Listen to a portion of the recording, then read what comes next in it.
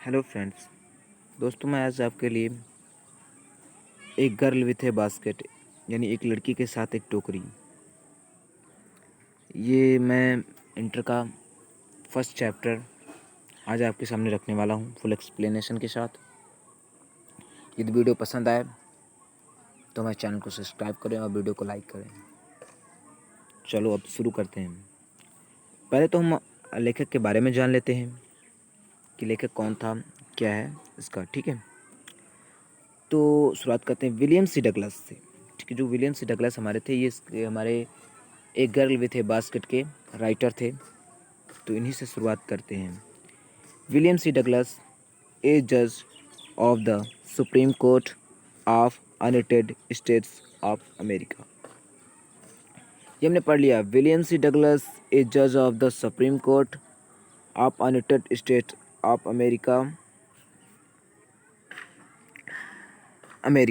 ठीक है, तो विजिटेड इंडिया इन 1950। ठीक है, तो विलियम सी डगलस ए जज of the supreme court of United state of America visited India in India 1950। तो जो हमारे विलियम सी डगलस थे वो अमेरिका राज्य के सर्वोच्च न्यायालय के न्यायाधीश थे, जो कि 1950 में भारत आए हुए थे। ठीक है, आप लोगों को समझ में आया? फिर से बोल देता हूँ। जो हमारे विलियम सी डगलस थे अमेरिका राज्य के सर्वोच्च न्यायालय के न्यायाधीश थे, जो कि 1950 में भारत आए हुए थे। ठीक है, ड्यूरिंग हिज विजिट यानी यात्रा के दौरान ही happened to travel from new Delhi to Ranikhet. यानी यात्रा के दौरान ही हैपेंड, इनके साथ जो घटना घटित हुई, travel from new Delhi to Ranikhet, यानी नई दिल्ली और रानीखेत के बीच में जो उनके साथ घटना घटित हुई उसके बारे में। ए हिल स्टेशन, एक स्टेशन था इन द हिमालय, जो एक स्टेशन जो हिमालय पर स्थित था। ठीक है, ही वॉज ए रियलिस्ट, ही मतलब वे, वाज माने थे, ए मतलब एक, रियलिस्ट माने वास्तव में, एंड और सपोर्टर ऑफ लेबर, यानी यह वास्तव में श्रमिकों के सहायक थे। लेबर मतलब श्रमिकों के सहायक थे। सपोर्टर माने सहायक। ठीक है, he also loved self respect and self confidence. He also, he मतलब वे, आल्सो माने हमेशा, लव्ड माने प्यार करते थे, सेल्फ रिस्पेक्ट यानी आत्मविश्वास। ठीक है, सॉरी हमने गलत ज़्यादा बोल के, लव्ड सेल्फ रिस्पेक्ट यानी आत्मसम्मान, और सेल्फ कॉन्फिडेंस यानी आत्मसम्मान और आत्मविश्वास से ये अधिक प्रेम करते थे। ठीक है, he was fascinated and charmed with natural beauty of India.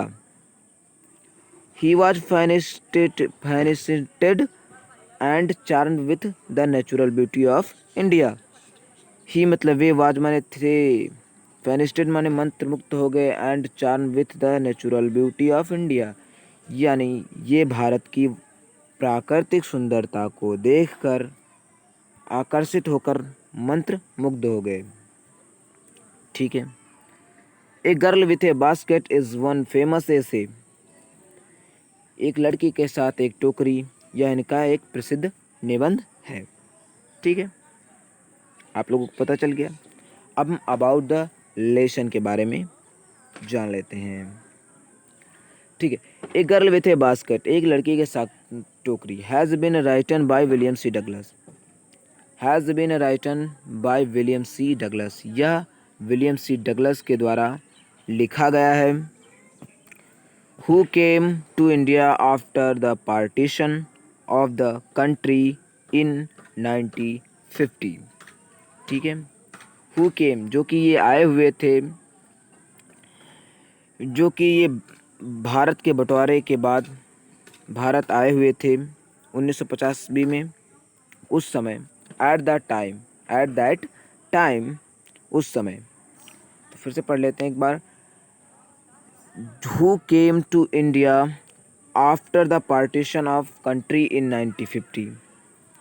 ये भारत के बंटवारे के बाद 1950 में भारत आए हुए थे। एट दैट टाइम, उस समय, India was full refuse, India was full of refuse, जो भारत था पूर्णतः शरणार्थियों से भरा हुआ था। रिफ्यूज माने शरणार्थी होते हैं, रिफ्यूज शरणार्थी। Who were driven away by the communal fanaticism of Pakistan, जो कि धार्मिक उन्माद की डर से पाकिस्तान से वे लोग आए हुए थे भारत को। He had a unique, he मतलब वे हैड ए यूनिक, एक had unique experience at one of the railway stations, of the railway stations, वे अपने अनुभवों के, अपने अलग अलग अनुभवों के कारण अलग अलग स्टेशनों पर ठहरे हुए थे। ठीक है। मैनी रिफ्यूज चिल्ड्रन, मैनी माने बहुत से, रिफ्यूज चिल्ड्रन जो शरणार्थी बच्चे थे, were selling small articles like basket and fans, यानी जो छोटे छोटे शरणार्थियों के बच्चे थे, वे जो छोटे छोटे शरणार्थियों के बच्चे थे वो छोटी छोटी वस्तुएं बेच रहे थे, लाइक ए बास्केट, जैसे एक बास्केट मतलब टोकरी और पंखे बेच रहे थे। ही वॉज इम्प्रेस्ड, जो हमारे लेखक थे, ही वॉज इम्प्रेस्ड, तो ही वॉज इम्प्रेस्ड, वो प्रभावित हुए, विथ ए लिटिल गर्ल, एक छोटी लड़की से, ऑफ 9 ईयर्स, जो कि 9 वर्ष की थी। This essay is the relation of his valuable experience, यह निबंध उनके, यह निबंध उनके संबंध और उनके कीमती विचार हैं। ठीक है, तो इतना तो क्लियर हो गया। हम आगे बढ़ते हैं। ठीक है, आगे बढ़ते हैं। आई had left New Delhi for Himalayas, I had left New Delhi for the Himalayas, I left New Delhi, मैं दिल्ली को छोड़ चुका था, फॉर हिमालय, यानी हिमालय जाने के लिए मैंने दिल्ली को छोड़ चुका था। I was going as far Bareilly by train and then by car to Ranikhet on old British army hill station looked on 600 foot reach opposite 120 miles stretch of snow carved Himalayas. ठीक है, I had left New Delhi, मैं दिल्ली को छोड़ चुका था, for Himalaya, Himalaya जाने के लिए। I was going as far as Bareilly by train, मुझे बरेली तक ट्रेन के द्वारा जाना था। देन बाई कार, उसके बाद मुझे कार से रानीखेत तक, जहाँ पर ओल्ड ब्रिटिश आर्मी यानी पुरानी अंग्रेजी सेना की छावनी स्थित थी, जो कि 6000 फुट ऊंची पर्वत श्रृंखला पर थी। उसके विपरीत में, अपोजिट यानी उसके विपरीत में, 120 mile stretch of snow carved Himalayas, यानी 120 मील तक हिमालय पर बर्फ़ फैली हुई थी। स्ट्रेच मतलब फैली हुई होना, स्नो कार्व्ड मतलब बर्फ़ बिखर नहीं होना। ठीक है।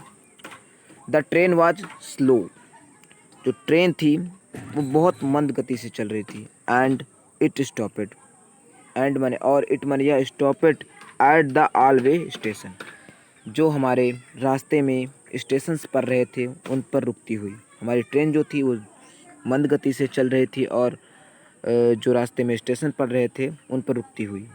एट एवरी स्टॉप, एट माने जब, एवरी स्टॉप जब वह हर बार, प्रत्येक बार रुकती थी, तो आई सॉन्ग ओपन द डोर, आई मतलब मैं, आई स्वैंग ओपन द डोर, मैं दरवाज़ा खोलता था, मैं ज़ोर से दरवाज़ा खोलता था, ऑफ माई कंपार्टमेंट, अपने बोगी का, यानी कंपार्टमेंट माने बोगी होती है, अपने बोगी का। एंड वॉक द प्लेटफॉर्म, और वॉक माने टहलता था, द प्लेटफॉर्म पर। ठीक है, आगे बढ़ते हैं। The platform were picked with people, दूसरे पैराग्राफ पे आ गए हैं। The platform were picked with people, Sikh, Muslim, Hindu, soldiers, merchant, traders, porters, beggars, hawkers. ठीक है, तो ये all the platform were picked with the people, जो प्लेटफॉर्म्स मनी जो स्टेशन थे वो लोगों से भरे हुए थे, लोगों से भरे हुए थे। जिसमें कौन कौन से लोग थे? सिख थे, मुस्लिम थे, हिंदू थे, सोल्जर्स मतलब सिपाही थे, मर्चेंट यानी व्यापारी थे, प्रेटियर्स पुजारी थे, पोर्टर्स कुली थे, बीगर्स भिखारी थे, हुकर्स और खुमचे वाले यानी फेरी वाले थे। Almost everyone was barefoot and dressed in loose white garments. ठीक है, ऑलमोस्ट यानी लगभग, एवरीवन माने प्रत्येक, was barefoot and dressed in loose white garments यानी प्रत्येक व्यक्ति जो था नंगे पैर था और ढीली ढाली सफ़ेद पोशाक पहने हुए थे। आई वुड आस्क मैंने पूछा, at least 3 people before I could find one who spoke English. मैंने कम से कम 3 लोगों से पूछा, तब कहीं जाकर मुझे एक इंग्लिश बोल सकने वाला इंसान मिला। ठीक है, a people spoke English. We would talk हमने उससे बात की, वर्ल्ड अफेयर्स संसार की घटनाओं के बारे में, एंड एवरी मजूर टॉपिक और महत्वपूर्ण विषयों पर। और the news of the day produced in this way. I was trying to get feel of the pulse of the nation, checking opinion against official attitudes and reports। ठीक है, मैंने कम से कम 3 लोगों से बात की, at least and 3 people before I could find one who spoke, तब कहीं जाकर मुझे एक इंग्लिश बोलने वाला मिला। वी वुड टॉक मैंने बात की, वर्ल्ड अफेयर्स संसार की घटनाओं के बारे में, एंड एवरी मजूर टॉपिक, एंड और एवरी माने प्रत्येक, मजूर टॉपिक यानी प्रत्येक महत्वपूर्ण विषयों पर। The news of the day produced जो उस दिन समाचार प्रकाशित हुआ था उसके बारे में। इन दिस वे इस प्रकार I was trying get feel of the pulse of the nation. इस प्रकार मैंने उन लोगों से राष्ट्र के बारे में जानने का प्रयास किया। और मैंने checking opinion against official attitudes and reports. Checking मैंने जांच की, ओपिनियन मैंने उनके विरुद्ध, ओपिनियन मैंने उनके विचारों की, अगेंस्ट उनके विरुद्ध ऑफिशियल एडिट्यूज एंड रिपोर्ट्स यानी मैंने सरकारी व्यवहार के विपरीत जाकर उनके विचारों की जानने की मैंने कोशिश की, उनकी सूचनाओं को जानने की कोशिश की। ठीक है, the route lay through one of the richest of Indian cultures areas. The route जो रूट माने यह रास्ता, ले थ्रू ये के माध्यम से जाता था richest of Indian agriculture area यानी भारतीय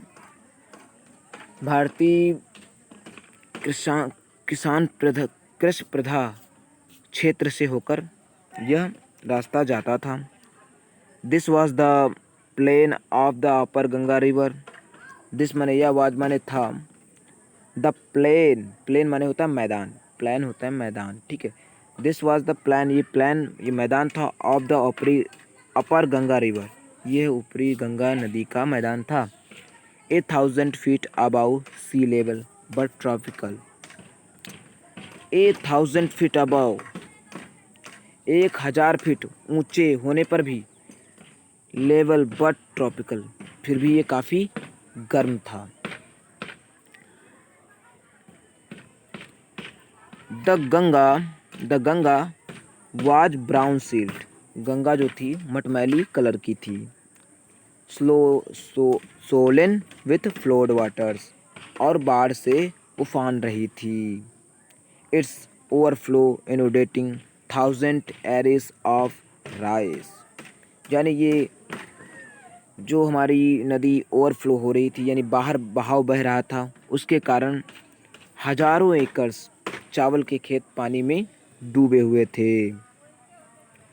to the north were jungles great experience a grass.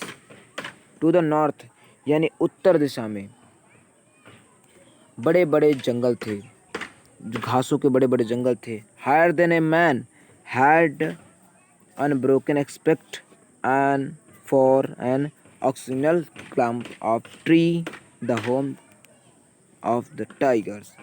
ठीक है, ये क्या था, हाँ, तो the north a very great experience of grass, यानी उत्तरी दिशा में घास के बड़े बड़े जंगल थे जिसमें एक मनुष्य का सिर भी छिप जाए। एक्सपेक्ट ऑक्समल क्लम्प,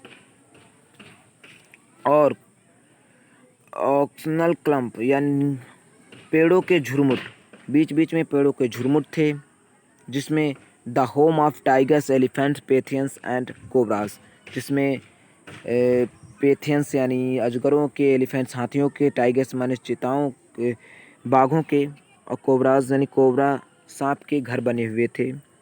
एवरीवेयर प्रत्येक स्थल, एवरीवेयर एल्स यानी प्रत्येक स्थल पर, there was a flat running एक लंबा क्षैतिज क्षेत्र था, द हॉरिजन, बट लेकिन, डूटेड हेयर एंड देयर, लेकिन इधर उधर,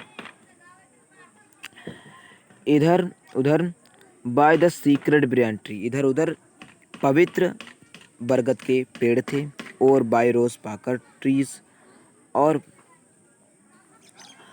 पाकर की जो इल्म थी, रोज पाकर ट्रीज यानी पवित्र पाकर के भी पेड़ थे। सेप्ड like elms and सेप्ड like elms and having thick twisted trunk. सेप्ड माने आकार के थे, लाइक माने दिखते थे, एल्स मतलब पंक्तियों की तरह दिखते थे, एंड और हैविंग माने अत्यधिक, थिक माने मोटे थे, ट्विस्टेड माने घुमावदार सूंड की तरह थे। Hot humid air was moving in from the south west.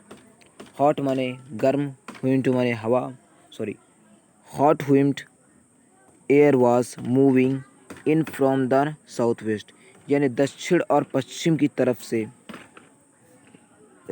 दक्षिण और पश्चिम की तरफ से ठंडी, मतलब सॉरी, गर्म नमीदार हवा बह रही थी, या हवा चल रही थी, ऐसा बोल सकते हैं। monkeys some then mothers with babies killing to them and reading underneath song of the tree at the station looking for food। ठीक है, monkeys some of them mothers यानी बंदर, कुछ बंदर, साथ में उनके बच्चे जो उनके पेट से चिपके हुए थे, नीचे चिपके हुए थे, पेट के नीचे चिपके हुए थे। सॉन्ग ऑफ द ट्री, वे पेड़ों से लटक कर स्टेशन पे आ जाते थे, एट द स्टेशन, स्टेशन पे आ जाते थे। लुकिंग फॉर फूड, खाने की तलाश में या खाने के लिए आ जाते थे। द विलेज वी पास्ड, जिन गाँव से हम गुजरे, हैड वाल्स, उनकी दीवारें, मेड माने बनी हुई थी, ऑफ मड यानी मिट्टी की बनी हुई थी, मिक्स्ड विथ वाटर, और पानी से मिक्सित थी, एंड और काउडंग, गाय के गोबर, यानी जिन गाँव से हम गुजरे उनकी दीवारें मिट्टी, पानी और गोबर से बनी हुई थी। Their pitched roofs were thatched bundles of grass, there माने वहाँ पर, पिग्ड रूफ्स ऊंची ऊंची, पिग्ड माने ऊंची ऊंची, रूट्स माने छतों पर, वेयर थैट्स बहुत से छप्पर पड़े हुए थे, बंडल ऑफ ग्रास यानी बंधे हुए घास के बंडल। टू बैम्बो पोल्स, बांस की बल्लियों के ऊपर बंधे हुए घास के बंडल पड़े हुए थे। स्ट्रेच्ड अक्रॉस राफ्टर्स, स्ट्रेच माने फैली हुई थी, अक्रॉस माने कड़ियाँ, अक्रॉस माने पार की हुई थी, राफ्टर्स माने कड़ियाँ, उसी में कड़ियाँ भी पड़ी हुई थी।